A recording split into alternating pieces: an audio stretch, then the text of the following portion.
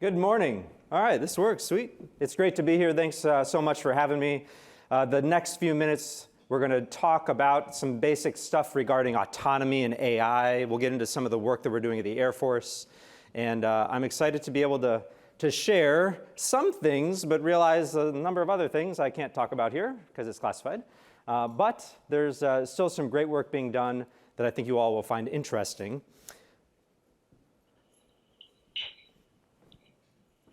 Automatic ground collision avoidance. There's G-forces right there.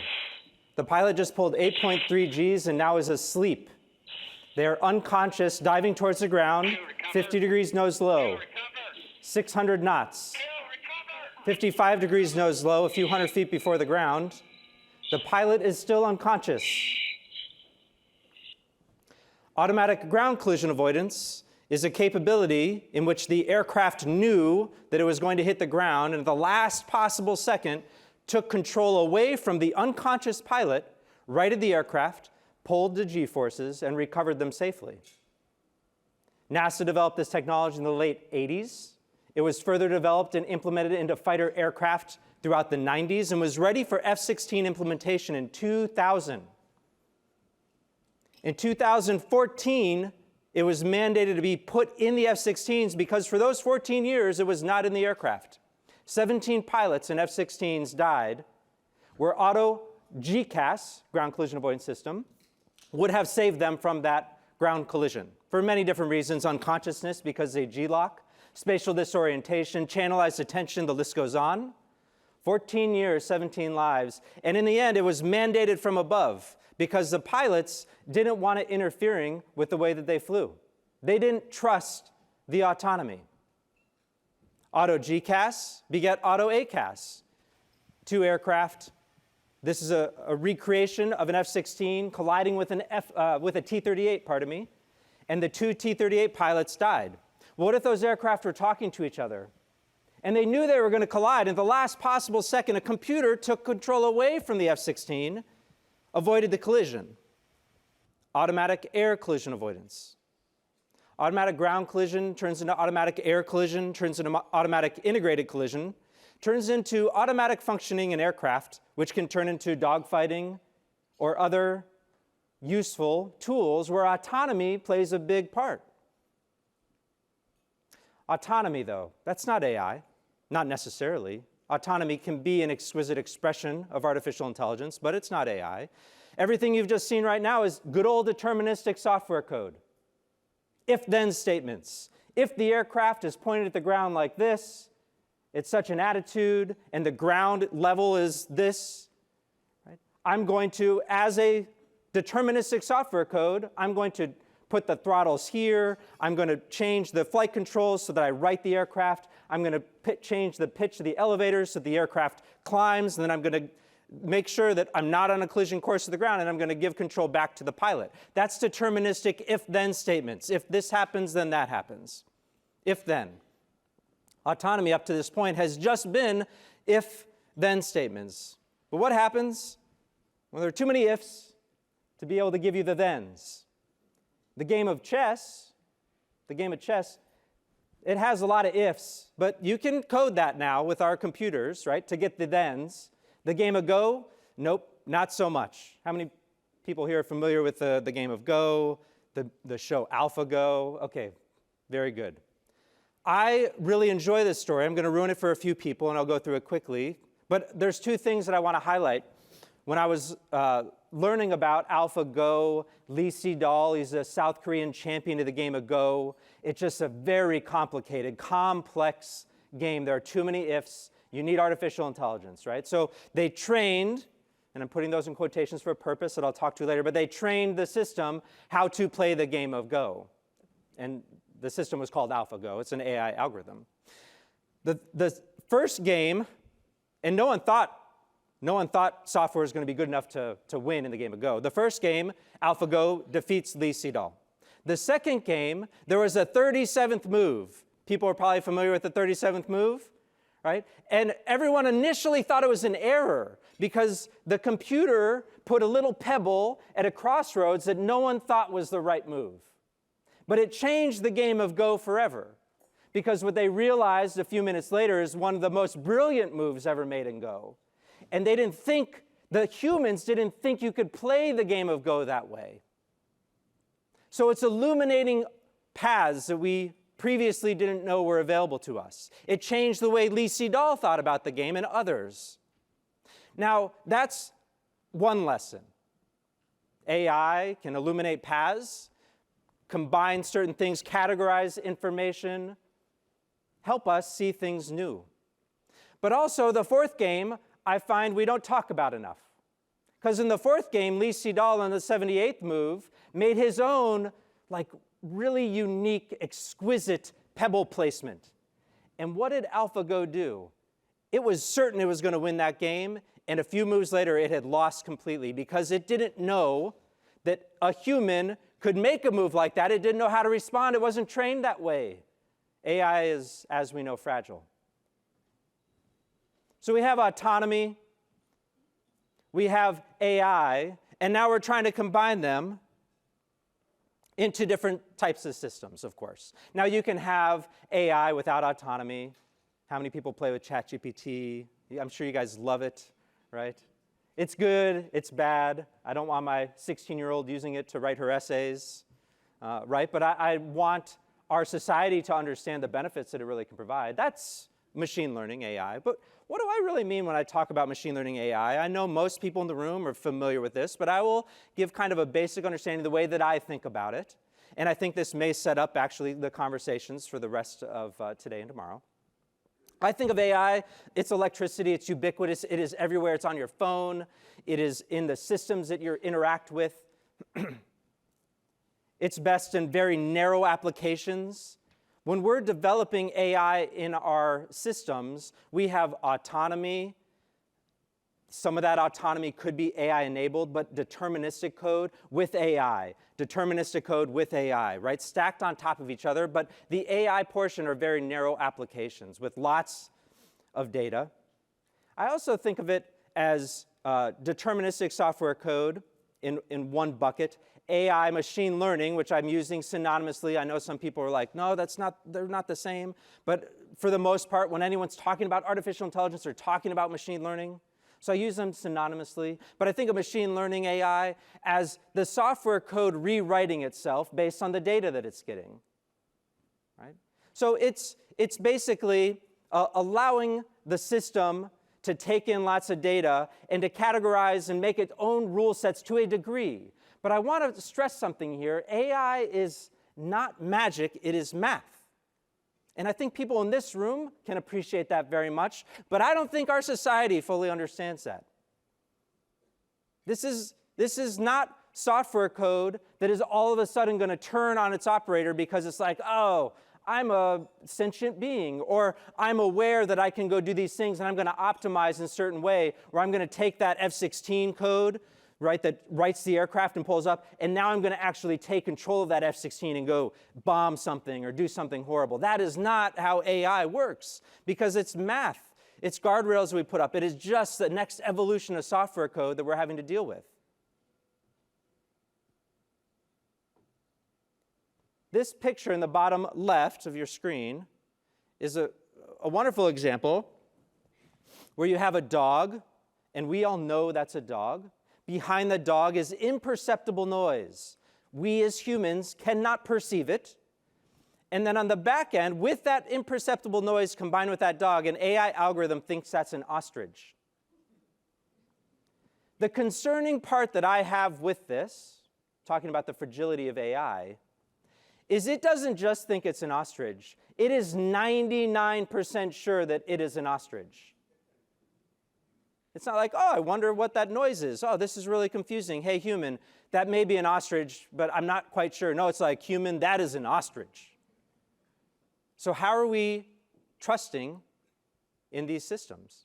How are we learning to build what I call, or what most people call, justified confidence in these systems? I think it's important to notice that human-machine teaming has to be at the center of a lot of what we're doing regarding AI-enabled autonomy. You need to optimize human performance. Let the computers do what they're good at doing. Let the humans do what they're good at doing, right? and then optimize the human performer as much as you can. And there are scenarios where you can't do that, like cybersecurity. Things happen so quickly, faster than, right, speed of light, that you need an AI system to recognize and then counter some type of threat that may be out there.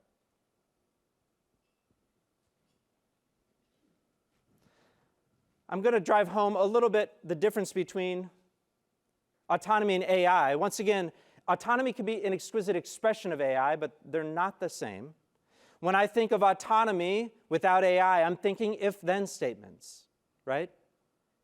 I can display augmented reality, but if I want that augmented reality display to react to my performance, that's going to be AI. You know, we're doing fantastic things with augmented reality, where you can, as a pilot, put on a helmet, jump in a cockpit, and go fly against people that are not there, like an aircraft, an enemy aircraft that isn't actually there, but it looks like it's there. It's really good augmented reality while we're flying high-performance aircraft. And that performer that I'm up against can respond to the way I'm flying. So it's not just an if-then statement.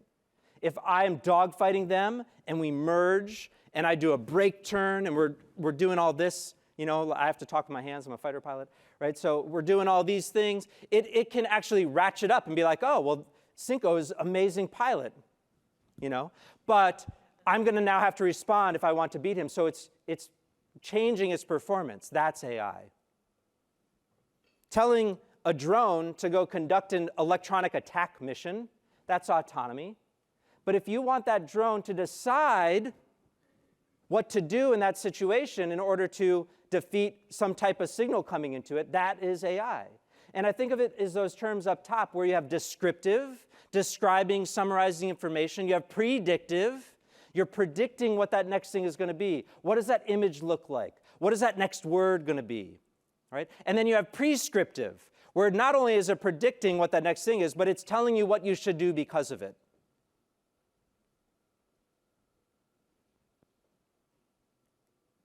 One thing we're doing in the Air Force, Global Synthetic Weather Radar. This is an AI program. We have a bunch of data regarding wave heights, cloud coverage, water temperature. And we have all that data, and we have what the image, the radar image looks like with that data. And so we've trained an AI algorithm to be able to say, hey, if you have all this data, this is what the picture looks like. So then AI can start guessing, it's predicting what that image is going to look like. So if you look at the screen, and I'll try to do it on both sides here, we have a swath of information with weather radar data. And then on the other end, we don't have weather radar data. So we're asking it, this is what we don't know over here, we're asking it to basically predict and draw this picture. It's kind of like asking ChatGPT to draw a picture of a cat, you know, a magnificent cat eating pancakes, or whatever it may be, right, if you see those things on social media. So we're predicting what this looks like with our Global Synthetic Weather Radar, which is extremely important when we go to places where we don't know what the weather actually looks like. But it's really important because we have to be asking ourselves, what is real? This is another project, an academic research project being done, where we have synthetic aperture radar images, and the left of each of these is a SAR image. Very hard to decipher. But we feed 100,000 of those into an AI algorithm, and we're teaching it what an electro-optical image is because we have the SAR image and we have the exact EO image. So, hey, this is a cat, right? It's like giving a picture of a cat and telling it's a cat. This is a SAR image. This is what the electro-optical image looks like. Predict for us what it is. And so now we're able to use that to decipher what we think, what the computer thinks really that image should look like. But what is real? It's not real. It's a painting. It's predicting. So how do we build the right trust in order to interact with and make decisions based off these type of pictures? It brings to mind the 5 ethical principles of AI that we have adopted in the DoD: responsible, reliable, equitable, traceable, governable. I can talk through each one of those very quickly. ethical principles reliable? So thinking robustness. Can you change a 35 on a speed limit sign to an 85 very easily with duct tape? Yeah, you can. How does that system know that it's not really an 85? Well, it should be able to know that. As a human, we could be like, well, I was just going 25, right? And now I'm in a neighborhood and it's a 2-lane road. That can't be 85. Someone's messing with the, right? We need AI to be robust. We need AI, we need to be responsible with it so that we are fully understanding the implications and the pitfalls of the technology. We need to be equitable so it's not biased. It's not giving us data that could end up hurting someone because we've trained it on biased data and we don't understand the bias that is in the system. It's like the Google, trying to hire people with the resumes. It turned out, you guys are familiar with this one? Right? They trained an AI system to go through resumes and tell them who the best candidates were. Who were the best candidates, according to that AI system? A bunch of white males. Because they were trained on all the resumes, the people that were in the company, who were white males. Now, they didn't actually implement this. It went through a training cycle, and they recognized it right away, which bravo to them, and that's the approach we need to take. We need to be able to test these things, recognize when there are biases, and then either not use it or eliminate the biases to some extent. You have traceable, so we need to understand the if-then statement is great. I put in an input, I am always going to get out the same output. It's repeatable. AI, stochastic machine learning code, is not like that. So how do I understand the process in which that output has come about so that I can know how to influence the input to help me predict and have a stable output as much as you can? And then governable, I need to be able to turn the system off. I need to be able to say, nope, I'm in charge and I'm turning you off. Ethical AI is absolutely the most important thing we're doing in the Department of Defense. It's a mindset too. And there's a few things that we are developing in our systems that help us with that. So we need to test these systems as they come out, and I'm going to talk through how we're approaching that with some of these new autonomous platforms. So this is an XQ-58. It's not about the platform, it's about the AI that's going inside of it. For the first time in the history of aviation, an AI agent flew a high-performance drone July 25th of last year.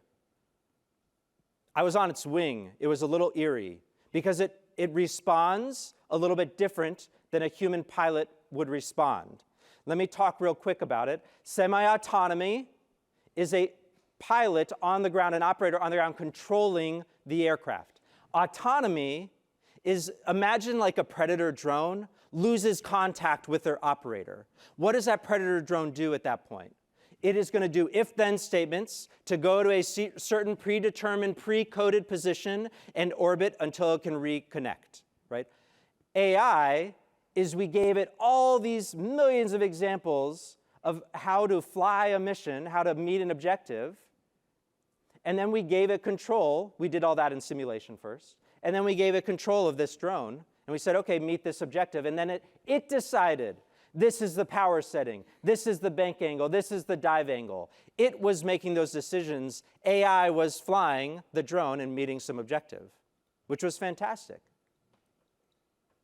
And building these systems, it does take a lot of time because trust takes time. Go back to Auto GCAS, 14 years. Why? Why did it take 14 years? Because pilots did not trust the system. Arrogance absolutely was involved. I don't need that system to help save me from a ground collision. But beyond arrogance, which I think we can all suffer from, we just have good old people not trusting it. But then there's the other side of it, overtrust.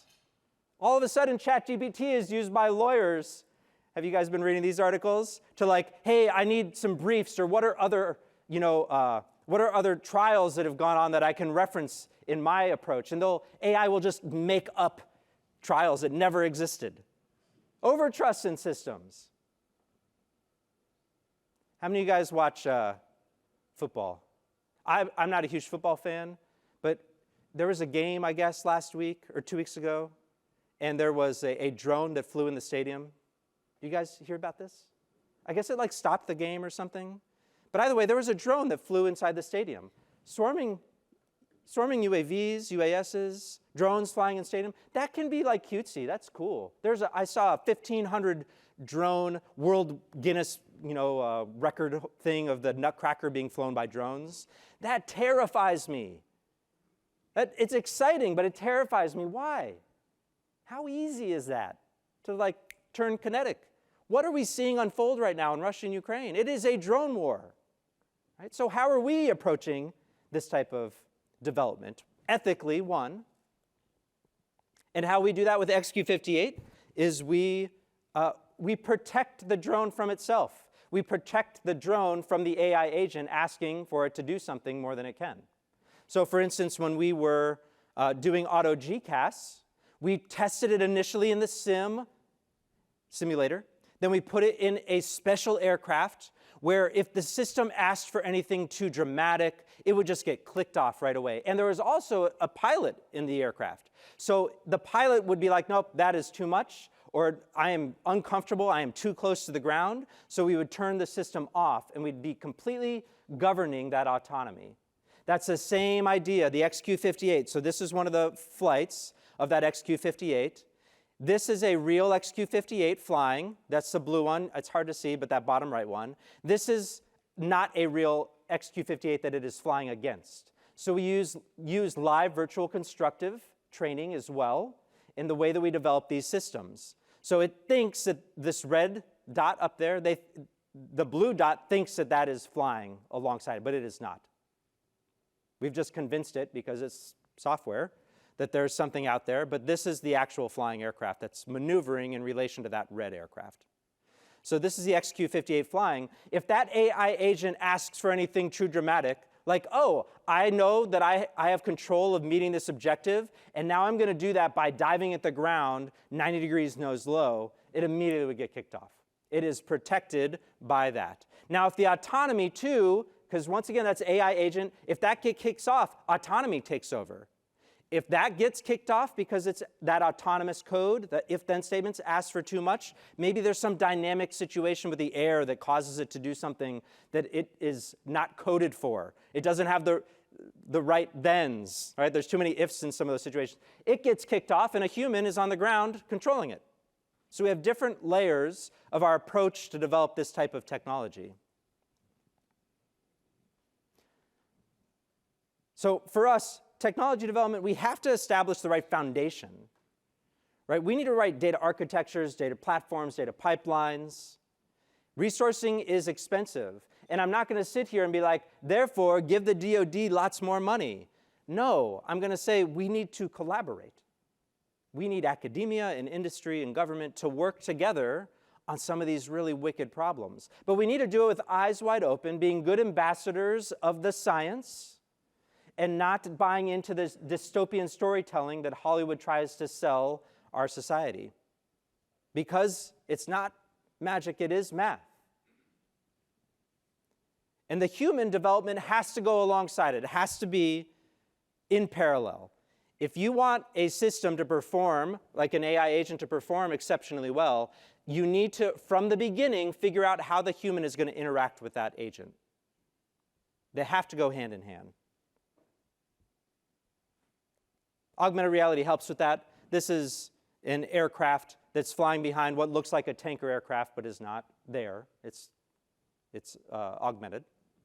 Right? That type of capability is important as we develop human-machine teaming. And this same thing applies for your professions or wherever you're sitting at. How do you approach the ethical development of these systems?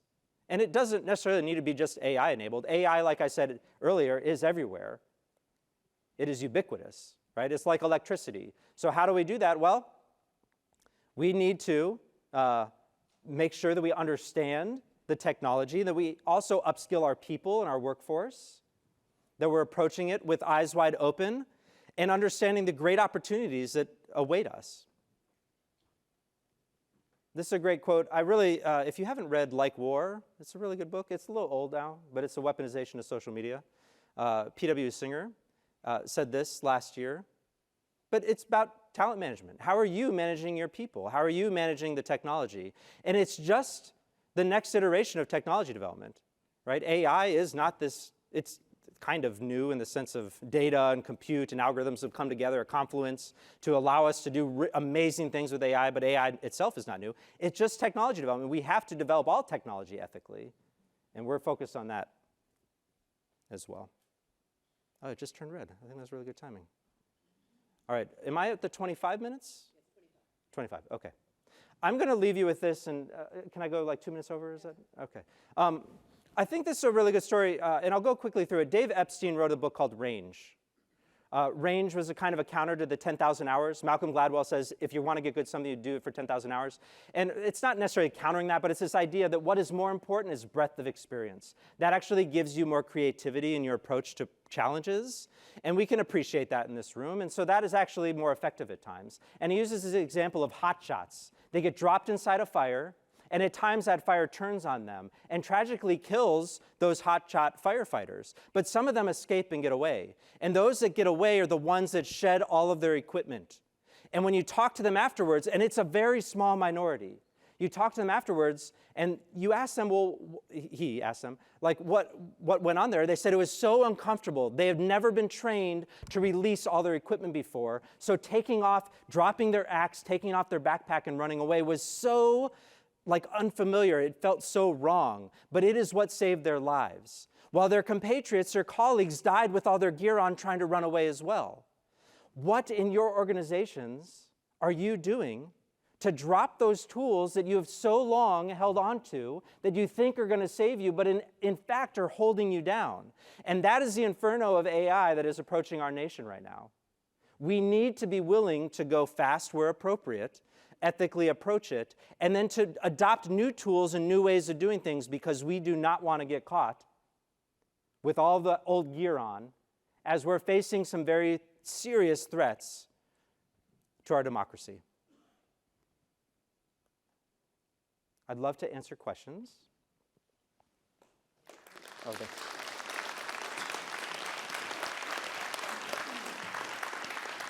All right, thank you, Colonel Hamilton, for a fantastic opening address. We have time for a few questions, so please go ahead. Nathan Meehan, Texas A&M. Cinco, I appreciate your talk, and I appreciate the fact that the U.S. Air Force is approaching things ethically. I'm not sure all the other air forces in the world are doing that. Yeah. And I could also see, what could go wrong? How do you address these kind of concerns? Clearly you don't have to have watched The Terminator too many times to know that something in between what you're talking about and auto-targeting. My father in B-25s, they would frequently, well, okay, we can't find what we were after, we're going to go after something else, and they made some mistakes. Yeah. And so AIs could make some horrific mistakes, presumably. Yeah. How do you address these concerns? Yeah, there's a few things to unpack there. One I'll mention, sometimes we think of AI having to be really, really, really good, but in some situations it just needs to be better than the human. Right? So there's one thought.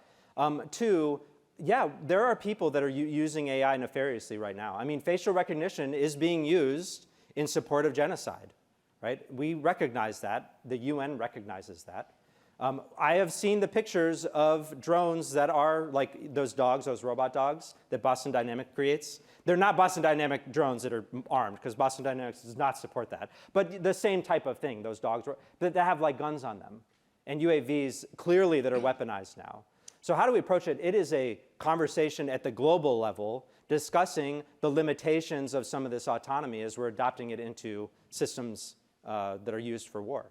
And it has to be at the highest of levels. And I think there can be some compromises or some understanding across how it should or could be used. Is it unethical that Ukraine and Russia are using drones against each other?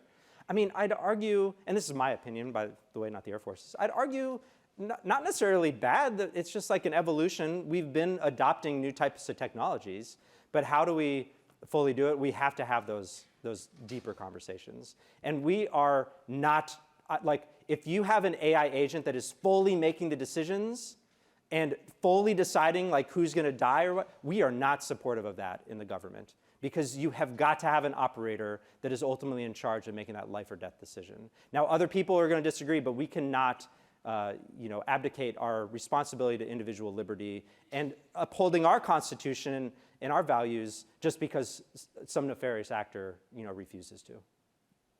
Let's go over to this side.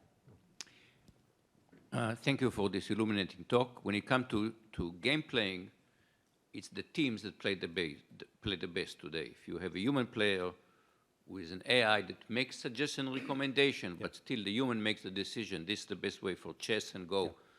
Are you going in the same direction with fighter pilots? Yeah. Yeah, that's exactly it. Human-machine teaming. It's got to be the future, where it is the computer doing what it's good at and informing the operator what to do. Now, there's some challenging situations. What if that operator gets shot down? What does the drone do then? Is there certain code in there where it can make its own decisions at a certain point? I said I was going to put this, describe why I put things in quote. It's not learning or teaching, like it's all computer software. That's why I think we anthropomorphize everything. It's ridiculous. And so it's not learning the way we learn. That's why I was putting it in quotes. But yes, we have to approach it that way. That's our focus. Okay, we have time for one more question, so please go ahead. Thank you, Jim Breyer with Breyer Capital. Outstanding talk. How important and how quickly will it become important that quantum gets integrated into all of this, whether it's GPS, security? Just curious, how far away do you think quantum algorithms are running on AMD chips may make a fundamental difference? Yeah. I've been studying quantum a little bit, like as a novice, like YouTube videos or whatever. I think right now it's mathematically impossible for AI to do certain things, right? When people talk about really broad applications of AI, it's really those very narrow applications, sometimes stacked on top of each other with deterministic code kind of in between. I think quantum computing and others actually may broaden that ability of AI systems to do that, as well as like bioengineering and some other compute things. I think quantum computing, though, definitely has a part of that. If we have certain scenarios where we want an AI system, especially with cybersecurity and others, to be able to recognize very quickly code and to respond to it, maybe it's nefarious code, I think you're going to look to quantum. But I also don't want people to confuse, like quantum is not just going to be this thing that AI suddenly can adopt. Quantum is, it's still immature. Right? It's getting developed. And I'm more concerned actually about quantum computing and our privacy because I think quantum computing has a bigger role, and I could be wrong, there's I think experts in the room, but a bigger role in actually decoding things that we thought were never decodable. Right? And so for me, that means like a lot of secrets that maybe other peoples have purchased are encrypted data, which by the way has happened. And so now at some point, can they decrypt that using quantum? And I think there is a marriage there. I don't know what that'll look like. I just know right now, like AI, especially AI-enabled autonomy, is taking over our society, and it will be a different society in a couple years because of this. And if you don't realize that, go study more because it is changing everything, and it's changing education, to medicine, to all of our engineering, to law, to warfare. All right. I know there are many more questions, and we could listen to Colonel Hamilton for the rest of the day. I would encourage, if you can catch him afterwards, to ask him to share some of his personal experiences of, I know the path that took you in here with the accident, but I really want to thank you for your leadership of AI at the Air Force, for your service to the nation, and for joining us here at TAMEST. Thank you.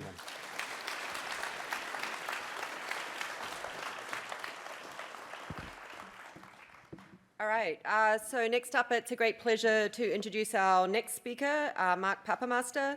Mark is the Chief Technology Officer and Executive Vice President of Technology and Engineering at AMD.